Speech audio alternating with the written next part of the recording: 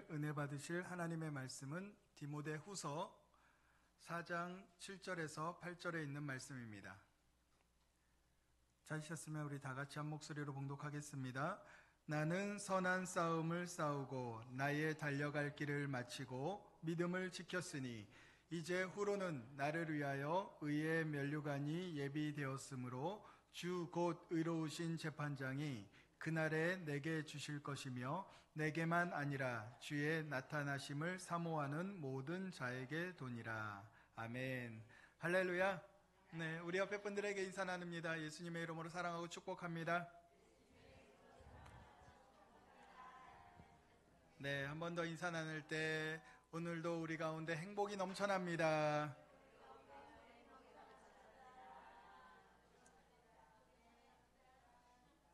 네, 2025년도의 마지막 주일이 되었습니다. 오늘 마지막 주일 하나님께서 주시는 말씀을 통하여서 아름다운 마무리라는 제목으로 함께 은혜를 나눌 텐데요. 따라 말씀하시겠습니다. 아름다운 마무리.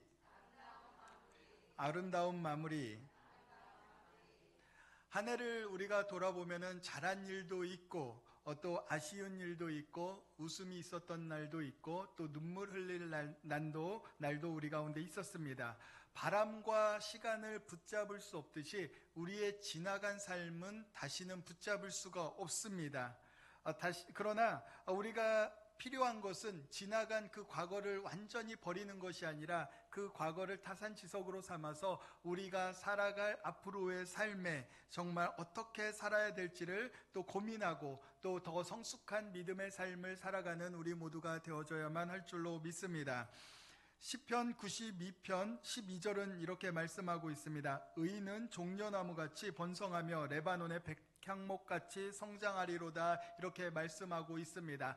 날마다 성장하는 삶, 하나님이 우리 가운데 원하고 계신 삶이라는 것을 저와 여러분들은 잊지 말아야만 할 줄로 믿습니다. 우리는 종려나무와 같이 백향목나무와 같이 날마다 성장해야만 합니다. 종려나무는 어떤 나무냐면 사막에서도 잘 자라는 나무입니다.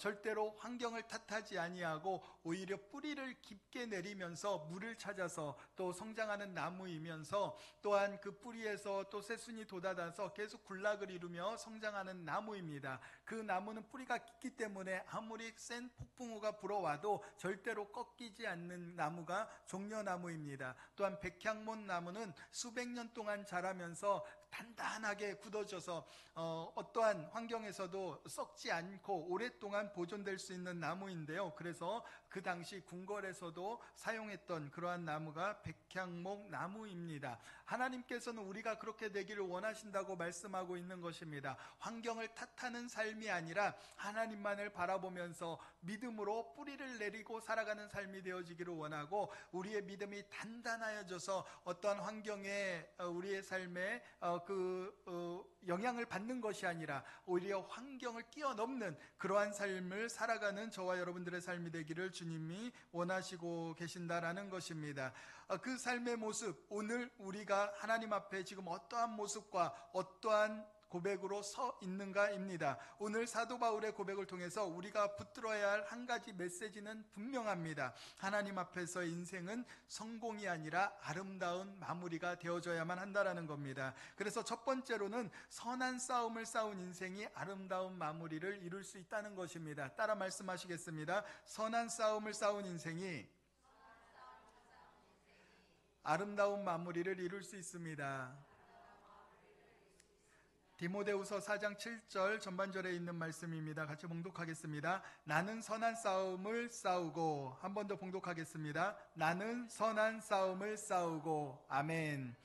바울은 자기 자신의 인생을 돌아보면서 싸웠다라고 이렇게 고백하고 있습니다. 그러나 사도 바울은 아무렇게나 싸운 싸움이 아니라 선한 싸움이었다 이렇게 고백하고 있는 겁니다. 여기에서 선하다라는 것은 칼로스라는 뜻인데 이것은 가치 있는 아름다움이라는 의미가 있다라는 겁니다. 이것처럼 무가치한 싸움을 싸운 것이 아니라 가치 있는 싸움을 싸운 것이 사도 바울의 삶이었다라는 것입니다.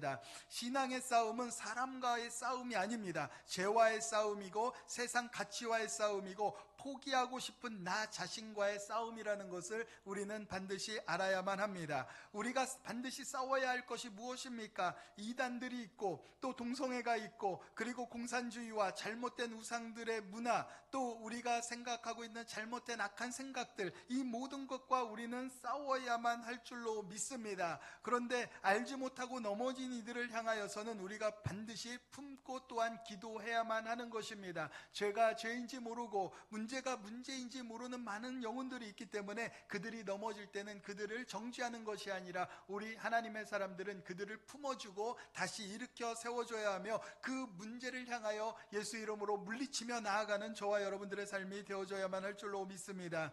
그래서 성경은 우리 가운데 이렇게 말씀하고 있는 것입니다. 로마서 16장 19절에 있는 말씀입니다. 선한데 지혜롭고 악한데 미련하기를 원하노라. 우리는 선한 일에는 지혜롭게 행하야만 하는 것입니다. 더 알아가기를 원하고 선한 일들을 어떻게 하면 더 좋은 선한 일들을 할 수 있을까 늘 생각하고 기도하고 나아가야만 하며, 악한 일, 나쁜 것, 좋지 않은 것은 절대로 생각하지 말고 그 일들은 바라지도 말고 살아야만 하는 우리들의 인생이 되어져야만 합니다. 사람들은 좋은 것을 알아가기보다는 나쁜 것을 더 쉽게 받아들이고 그 일에 집중하는 모습을 보일 때가 더 많이 있는 것이 현실이라는 것입니다. 우리 아이들이 자라날 때 모습을 보십시오. 가르쳐주지 않아도 밖에 나갔다 들어오면은 욕하고 또 이상한 행동도 하고 또 알지 못했던 여러 가지 일들을 하는 것을 발견하게 됩니다.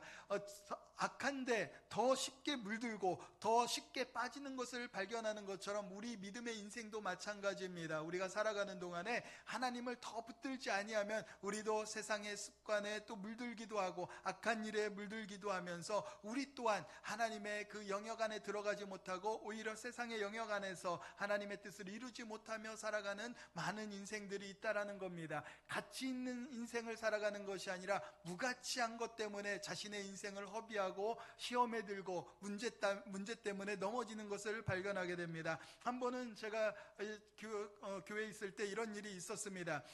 이곳에서 한 성도님이 항의를 하면서 오는 겁니다. 그래서 무슨 항의인가 이렇게 들어봤는데 어떤 항의 때문에 그랬냐면은 스피커 때문에 십자가가 안 보인다고 스피커를 옮겨달라고 이렇게 이야기하는 항의를 들어본 적이 있습니다. 그래서 저희들은 자리를 옮기십시오. 자리를 옮기면 십자가 잘 보입니다. 이렇게 이야기하는데도 그 자리를 고수하면서 절대로 자기는 자리를 옮길 수 없고 스피커를 옮겨야 된다고 이렇게 이야기하는 무가치한 것 때문에 이 가치 있는 그 신앙의 삶을 버려버리고 그곳에 앉아서 슬피 울며 일을 가는 그러한 인생을 본 적이 있다라는 겁니다. 저와 여러분들의 삶에도 혹시 살아가면서 무가치한 그 삶 때문에 때로는 시험에 들기도 하고 다툼이 일어나고 싸우는 삶을 살아가는 우리들의 인생이 되지 않았던 그러한 과거의 모습이 있지 않았는가를 한번 살펴보았으면 좋겠습니다. 2025년도 한 해 동안 우리는 어떠한 싸움을 싸웠습니까? 세상 타협과 싸우셨습니까? 신앙의 자리, 예배의 자리를 지키기 위해서 싸우셨습니까? 가정과 직장 속에서 믿음을 지키기 위해서 애쓰셨습니까? 이러한 가치 있는 싸움은 하나님께서 우리를 기뻐하여 주시고 우리로 하여금 믿음의 신앙의 성숙을 자라나게 만드는 놀라운 은혜를 허락하여 주실 것입니다. 우리가 싸워야 할 일들이 이런 싸움입니다. 하나님의 예배의 자리를 지키기 위해서, 가정과 직장 속에서도 믿음을 지키기 위해서, 세상과 타협하지 않기 위해서 우리는 힘써 싸워 이겨야만 하는 것입니다. 이러한 일들과 싸우며 나아갈 때 우리는 비록 넘어졌을지라도 다시 일어나서 싸울 수 있는 힘을 하나님께서 공급하여 주시고 그 싸움은 하나님 보시기에 선한 싸움이 될 것입니다.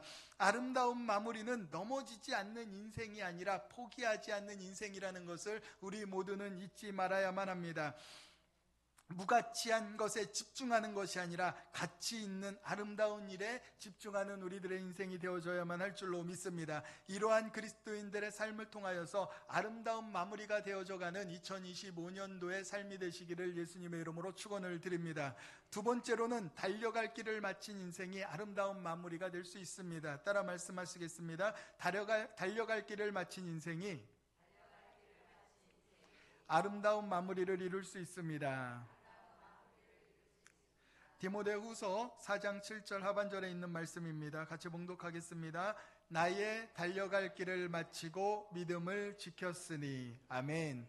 바울은 말합니다. 나는 내 길을 다 달렸다라고 이렇게 이야기하고 있습니다. 여기서 달려갈 길에 해당하는 드로모스는 경주 코스를 의미하고 있습니다. 그래서 우리가 달려갈 길은 우리의 마음대로, 우리의 생각대로 달려가는 것이 아니라 정해진 그 길을 걸어가는 것입니다. 그 길을 달려가는 것입니다. 하나님께서 우리 가운데 맡겨주신 그 길, 우리 믿음의 신앙의 그 길을 우리는 벗어나지 않고 그 길을 똑바로 달려가야만 하는 것입니다. 잘못된 길을 달려가게 되면은 그것은 반칙이 되기 때문에 그 삶은 패할 수밖에 없지만, 올바른 코스대로 끝까지 달려가게 되면은 그 인생은 승리하는 성공의 인생이 될 수 있다라는 것입니다.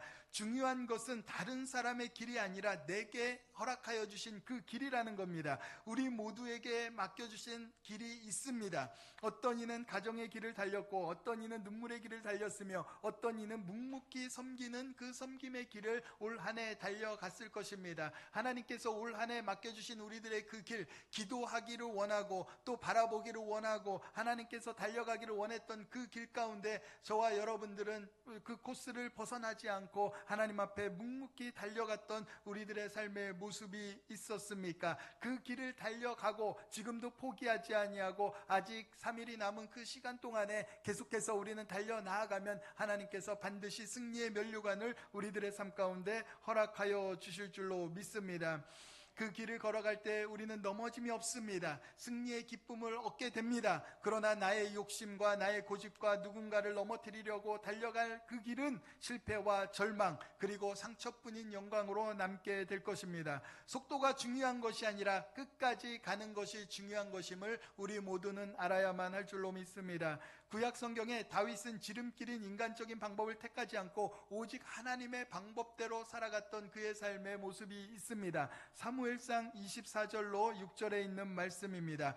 자기 사람들에게 이르되 내가 손을 들어 야훼의 기름 부음을 받은 내 주를 치는 것이 야훼께서 금하시는 것이니 그는 야훼의 기름 부음을 받은 자가 됨이리라 하고. 아멘.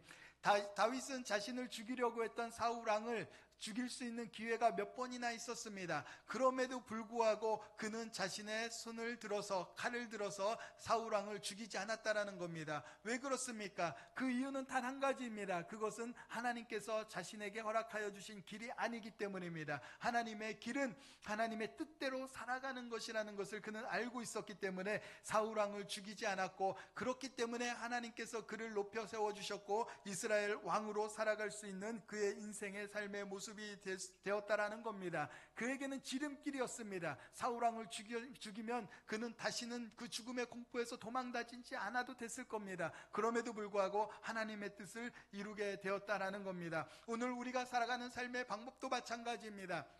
때로는 인간적인 방법으로 내 생각대로 살아가면 더 쉽고 더 좋은 방법이 있습니다. 더 내 삶에 기쁨을 얻을 수 있는 방법이 분명히 있습니다. 그러나 우리가 잊지 말아야 될 것은 우리는 우리의 인생을 살아가는 동안에 내 생각과 내 뜻이 아니라 하나님의 방법대로 살아가야만 할 줄로 믿습니다. 때로는 맞춰주고 때로는 우리가 서로 함께 동행하면서 서로의 손을 잡고 걸어 나아가면 더 좋은 일이 일어나게 될 줄로 믿습니다. 그래서 주님 안에서 우리 사도 바울 선생님께서 걸어가셨던 그 믿음의 길, 하나님께서 약속하신 그 길을 우리는 걸어가야만 할 줄로 믿습니다. 그렇게 되어지면은 하나님께서 놀라운 역사를 우리 가운데 이루어 주시고 하나님의 뜻을 이루는 우리들의 삶이 되게 허락하여 주실 줄로 믿습니다.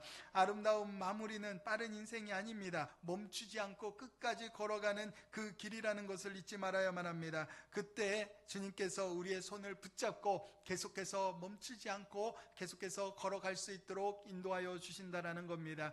그 마라톤에 보면은 페이스메이커라고 있습니다. 마라톤 선수가 뛰고 있지만 그 곁에는 그 선수가 끝까지 멈추지 않고 그 페이스를 유지하면서 뛰어갈 수 있도록 함께 뛰어주는 선수가 있습니다. 그 선수를 페이스메이커라고 합니다. 우리 예수님께서, 우리 성령님께서 우리 곁에 계셔서 그러한 페이스메이커의 역할을 하고 있다라는 겁니다. 우리가 지쳐 넘어지지 않도록, 쓰러지지 않도록, 우리가 가다가 지치고 힘들 때는 힘내라, 거의 다 왔다, 내가 너와 함께한다 하고 손을 붙잡아주고 함께 끌어주고 뒤에서 뒤처지면 밀어주는 성령님의 역사가 우리들의 삶 가운데 있을 줄로 믿습니다. 그래서 우리가 날마다 성령님을 인정하고 모셔드리고 환영하며 살아야만 하는 우리들의 인생이 되어줘야만 합니다. 성령님과 함께 동행할 때 성령님은 우리를 도우시는 영으로서 우리가 넘어지지 않도록 우리를 인도하여 주실 것입니다. 그리고 예수님은 약속하여 주셨습니다. 마태복음 28장 27절에 있는 말씀입니다. 우리 같이 한 목소리로 봉독하겠습니다.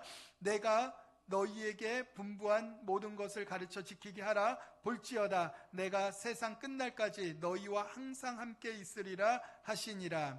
아멘. 그렇습니다. 세상 끝날까지 함께하게 하시는 하나님의 그 역사, 우리와 주님은 함께하고 있다라는 것입니다. 주님은 우리가 이 땅을 떠나는 그 순간까지, 또 주님 나라에 임하는 그 순간까지 우리를 떠나지 아니하시고 우리와 함께하고 계십니다. 저와 여러분들은 그렇게 하나님의 은혜 가운데 있는 삶입니다. 하나님께서 우리의 삶을 인도하시고 보호하고 계신 삶이라는 것입니다. 그러므로 끝까지 포기하지 마시고 주님과 함께 동행하면서 그 믿음의 길, 예배의 자리를 계속해서 지키며 살아가는 그러한 인생이 되시길 주님의 이름으로 축원을 드립니다.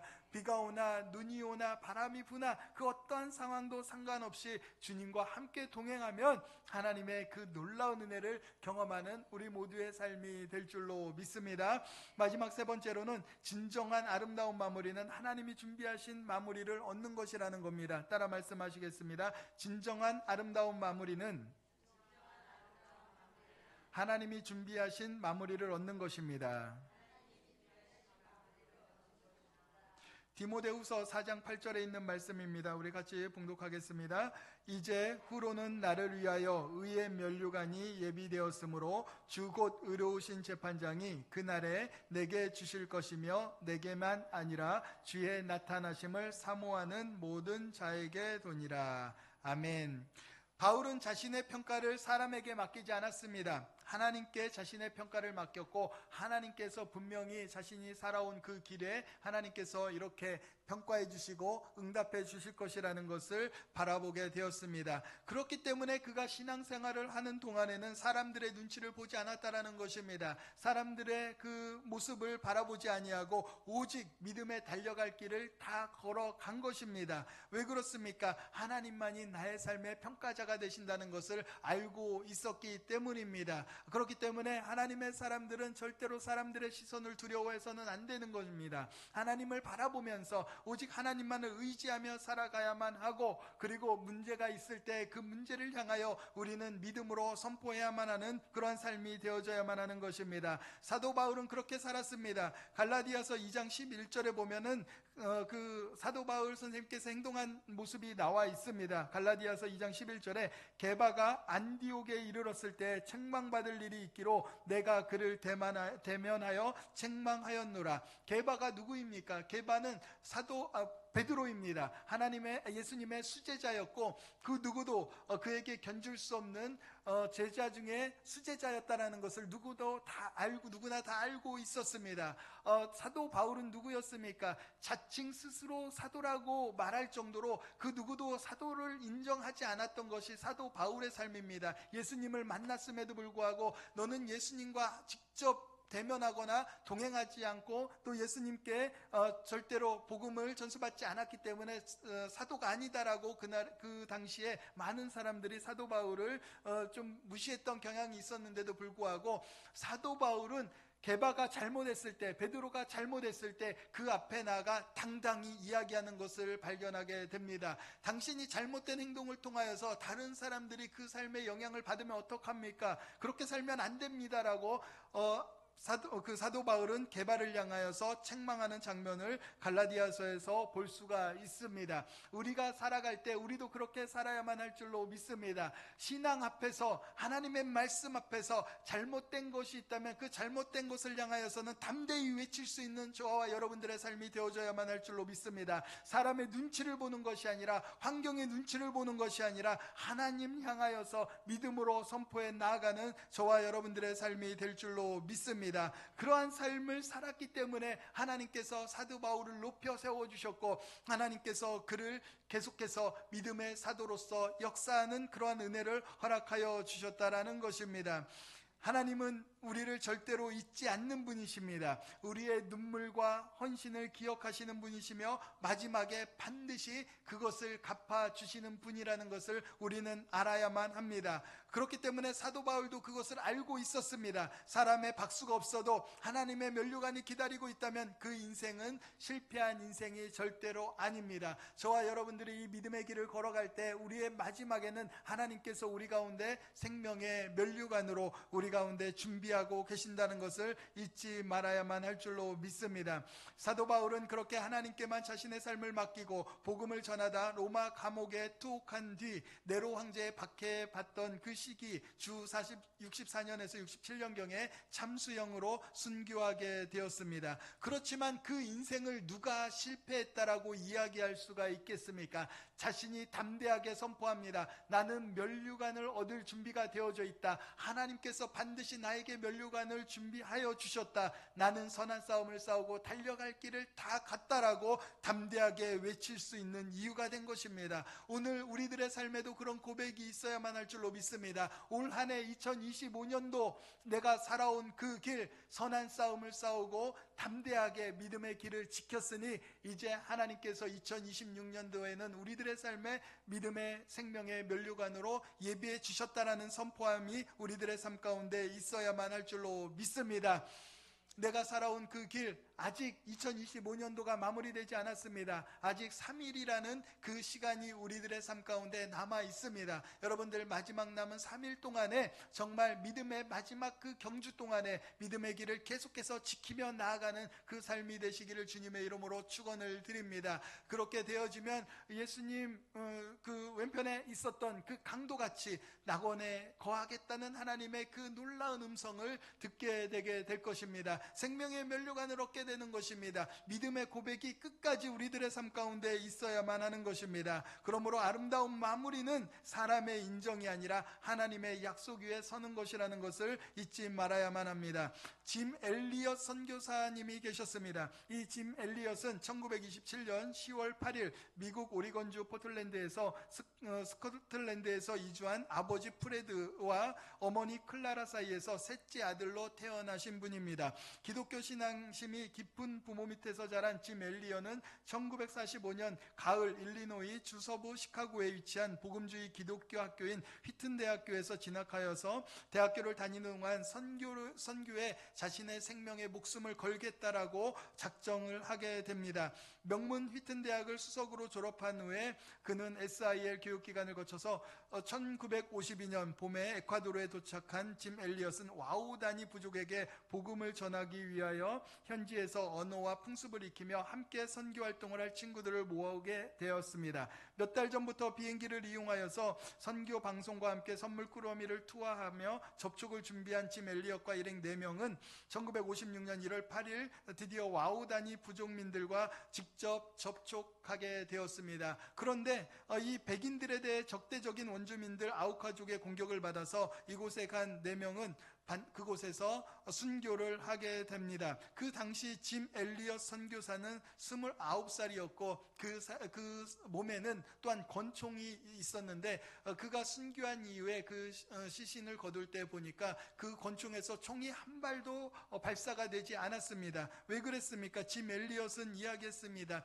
나는 하나님 앞에 구원받았지만 내가 총으로 그 사람을 쏘게 되면은 그 부족들은 하나님 앞에 구원받지 못했기 때문에 지옥 가게 될 수가 있기 때문에 나는 총을 가지고 가지만 총을 쏘지 않겠다라고 그는 다짐하고 가게 된 것입니다. 그러나 훗날 그 열매는 매우 크게 되었습니다. 그들에게 한 권의 성경도 하나의 복음도 증거하지 못했지만 그 훗날에 열매가 맺혀지게 되었는데요. 짐 엘리엇의 아내 엘리자베스는 남편이 순교한 지 2년이 지난 이후에 1958년 가을에 그녀 역시 목숨을 걸고 남편이 이루지 못한 그리스도의 복음을 전하기 위해서 그 부족민들에게 가게 됩니다. 어린 딸 벨러리와 함께 아우카 부족을 찾았는데요.